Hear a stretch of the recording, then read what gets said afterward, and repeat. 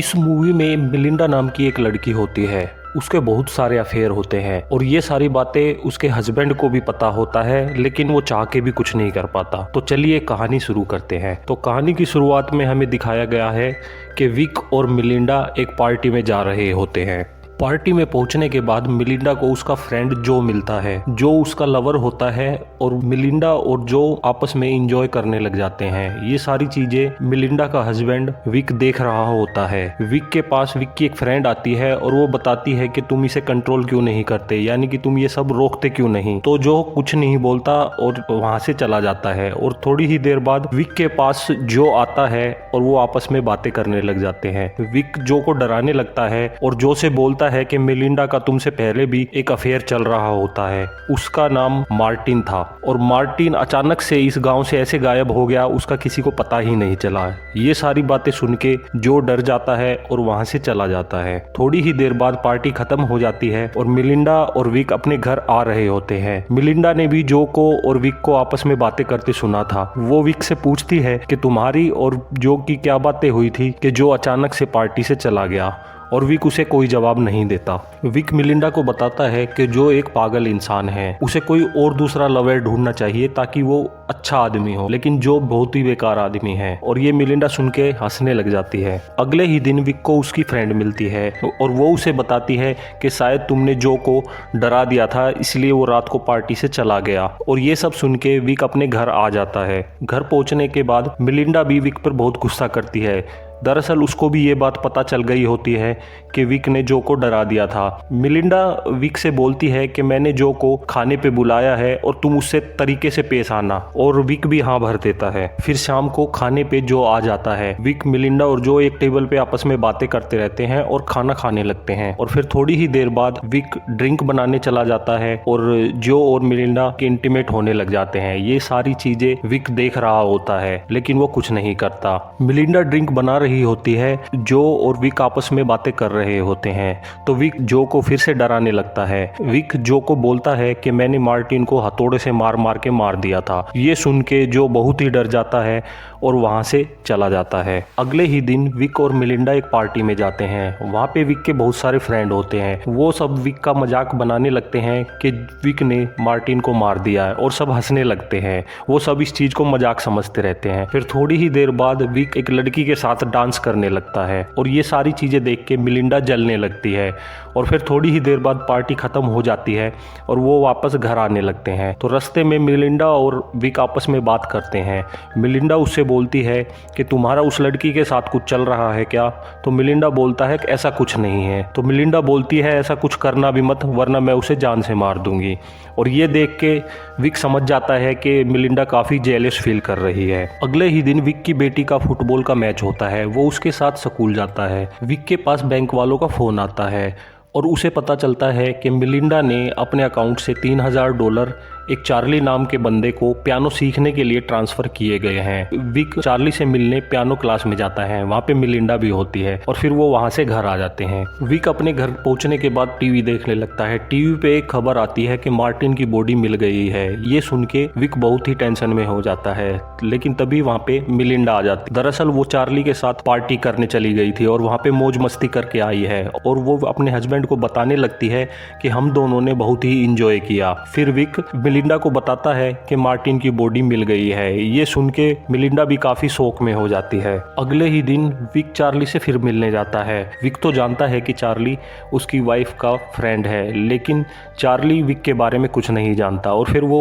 वहां से आ जाता है और घर आने के बाद वो देखता है कि मिलिंडा अभी तक घर पे नहीं आई।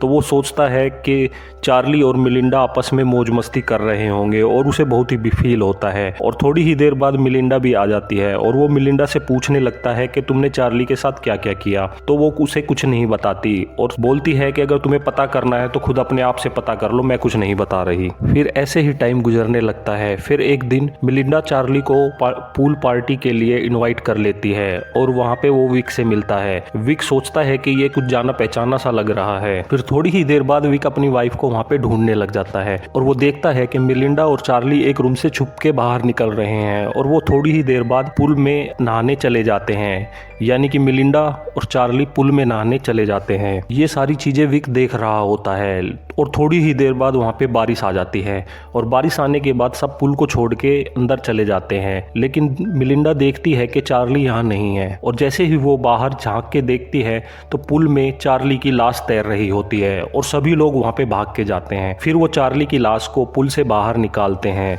ये देख के मिलिंडा काफ़ी डर जाती है। फिर वहाँ पे थोड़ी ही देर में पुलिस आ जाती है। तो पुलिस वाला विक से पूछता है क्या तुम्हें पता है तुम्हारी वाइफ का चार्ली के साथ अफेयर चल रहा होता है?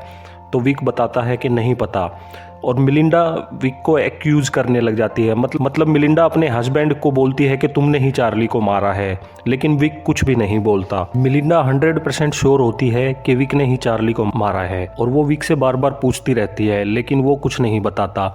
लेकिन विक सोचता है अगर मिलिंडा को ये सारी चीज़ें पता है तो ये मेरे साथ रह क्यों रही है, और मिलिंडा इस बात को जानती है। लेकिन मिलिंडा को पता होता है कि इन सब को मेरा हस्बैंड मेरे लिए मार रहा है, इस वजह से वो वहाँ से नहीं जाती। और मिलिंडा को लगता है कि वो अपने हस्बैंड के पास सेफ है क्योंकि वो उसे पाने के लिए कुछ भी कर सकता है। फिर मिलिंडा एक जासूस को हायर करती है ताकि वो पता लगा सके कि विक ने सच में ही चार्ली को मारा है या नहीं मारा है। फिर विक अगले दिन कैली से मिलता है और कैली उसे बताती है कि उसके हस्बैंड को भी ऐसा लगता है कि विक ने ही चार्ली को मारा है और वो मिलिंडा को अपनी पार्टी में इनवाइट करना चाहता है और वो मिलिंडा को बताना चाहता है कि विक ने कैसे उसे मारा, यानी कि वो उसे समझाना चाहता है कि कैसे विक ने चार्ली को मारा होगा। फिर विक कैली और उसके हस्बैंड को अपने यहाँ इनवाइट करता है और रात को कैली और उसका हस्बैंड वहाँ पे जाते हैं।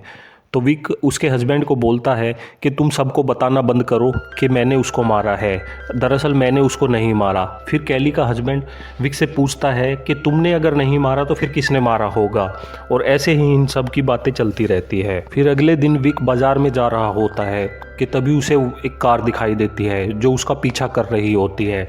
तो विक समझ जाता है कि कोई मेरा पीछा कर रहा है। तो विक जैसे ही एक रेस्टोरेंट में जाता है तो वहाँ पे मिलिंडा और डेविड नाम का एक आदमी बैठा हुआ होता है और मिलिंडा डेविड को ये बताती है कि ये एक थेरेपिस्ट है। लेकिन जैसे ही विक उससे उसका कार्ड मांगता है तो उसके पास कार्ड नहीं होता और वो समझ जाता है कि ये थेरेपिस्ट नहीं बल्कि एक जासूस है। फिर शाम को मिलिंडा के साथ विक एक और लड़के को देखती है, उसका नाम टोनी होता है। वो बाजार में घूम रहे होते हैं तो मिलिंडा टोनी को भी लेके अपने घर आ जाती है। लेकिन टोनी विक के सामने थोड़ा अनकंफर्टेबल हो रहा होता है।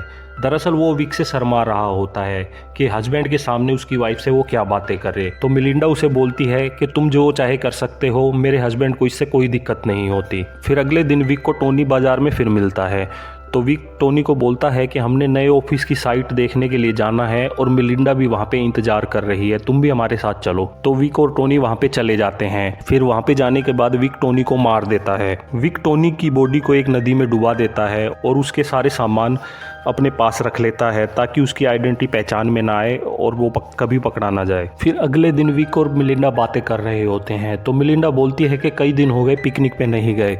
तो वो सब पिकनिक जाने का प्रोग्राम बना रहे होते हैं। तो मिलिंडा बताती है कि वहाँ एक नदी है और उस नदी के पास जाके पिकनिक मनाएंगे। तो वो सब वहाँ पे चले जाते हैं और ये नदी वही होती है कि जहाँ पे विक ने टोनी को मारा था और टोनी को डुबा दिया था। फिर वो सब वहाँ पे जाके पिकनिक मनाने लगते हैं और विक देखता है कि टोनी की बॉडी नदी में ऊपर आ रही है, लेकिन उसे कोई देखता नहीं है और वो सब वापस आने लगते हैं। लेकिन थोड़ी ही देर बाद मिलिंडा बोलती है कि मैं अपना पर्स वहाँ पे भूल आई। तो विक बोलता है कि चलो छोड़ो कोई नहीं, मैं सुबह जाके वहाँ से तुम्हारा पर्स ले आऊँगा। अब फिर अगले ही दिन विक उस नदी पे चला जाता है कि जहाँ पे वो पिकनिक मनाने गए थे और जहाँ पे उसने टोनी को मारा था, और वो उसकी बॉडी को नीचे डुबाने लगता है। और उधर घर पे मिलिंडा कुछ सामान सर्च कर रही होती है तो उसे टोनी का पर्स मिलता है और वो समझ जाती है कि विक ने ही टोनी को मारा है। और नदी पे जैसे ही विक टोनी की बॉडी को डुबा रहा होता है तो वहाँ पे उसका फ्रेंड डॉन आ जाता है और डॉन विक को देख लेता है और विक भी डॉन को देख लेता है और फिर विक डॉन के पीछे भागने लगता है। और डॉन गाड़ी बहुत तेज चला रहा होता है सड़क पे कि अचानक से उसके सामने विक आ जाता है और डॉन जैसे ही गाड़ी घुमाता है विक को बचाने के लिए, उसका एक्सीडेंट हो जाता है और डॉन वहीं पे मर जाता है। और विक घर आता है और देखता है कि मिलिंडा उसका वेट कर रही होती है और मिलिंडा को सारी बातें पता होती है, लेकिन फिर भी वो उसको छोड़ के नहीं जाती क्योंकि उसे ये पता चल जाता है कि विक से ज़्यादा इस दुनिया में उसको कोई प्यार नहीं करता, क्योंकि वो विक ही है जिसने सब लोगों को मार दिया उसे पाने के लिए। और यहीं पे अपनी कहानी खत्म हो जाती है।